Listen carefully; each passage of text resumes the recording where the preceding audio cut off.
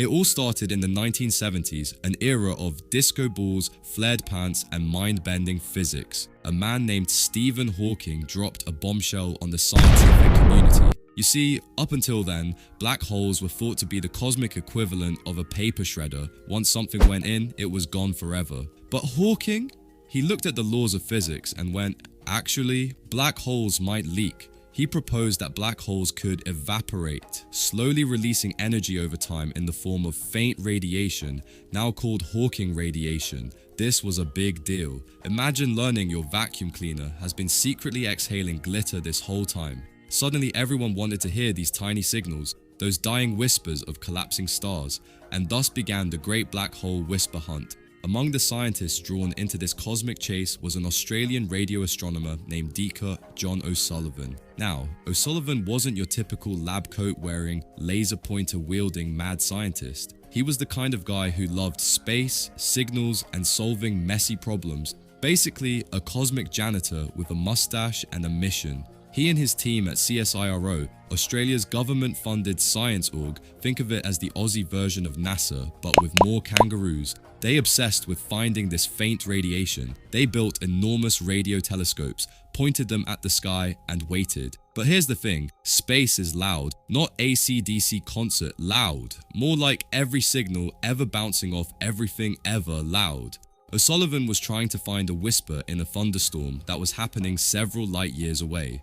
Radio signals don't travel neatly through space, they bounce off everything, stars, dust, planets, cosmic microwaves, your neighbor's microwave. By the time these signals reached Earth, they were distorted, garbled, and impossible to interpret. So O'Sullivan and his crew had to get creative. They developed a mathematical technique, a sort of digital broom to clean up these messy signals. It was called multipath signal correction using fast Fourier transforms, or FFT for short.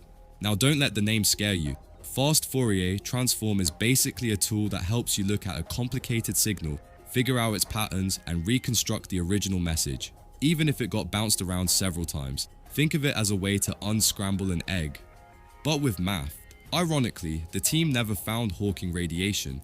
The signal they were looking for was too faint, too subtle, but they did end up creating something much more powerful than they imagined. Let's jump forward to the early 1990s. The internet was just starting to take over the world, one screechy dial-up tone at a time. People wanted to send emails, share files, download pictures of cats without being tethered to a wall. Cables were the enemy. Everyone just wanted to go wireless. But there was a big problem. Wireless signals were chaotic. They bounced off furniture, walls, metal objects, even humans. The result? Corrupted data, dropped connections, and a whole lot of frustration. Wi-Fi issues were a thing even before Wi-Fi was a thing. Engineers tried everything, more antennas, stronger signals, praying to the tech gods. Nothing worked until someone remembered those crazy Australians who had invented a way to fix messy signals from space. The same method originally designed to hear dying black holes turned out to be the perfect fix for wireless communication. In 1997, the first official Wi-Fi protocol was born, 802.11. Catchy name, right?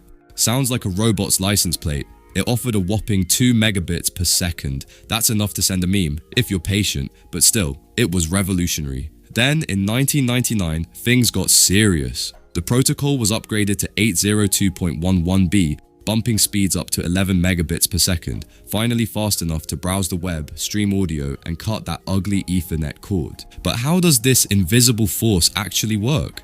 It all begins with radio waves. Just like your favorite FM station, your router sends out signals using electromagnetic waves, except these waves are tuned to higher frequencies, usually 2.4 or 5 gigahertz. That's billions of vibrations per second. When you click a link, send a message, or play a video, your device breaks that data down into tiny chunks, binary packets of ones and zeros. These are then modulated onto radio waves, like songs riding on a radio station. Your router acts like a miniature broadcasting tower.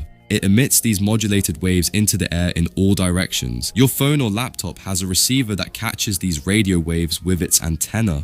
Inside, the hardware uses complex algorithms to decode the signal, pulling the binary data off the wave, error checking it, and reassembling your email, YouTube video,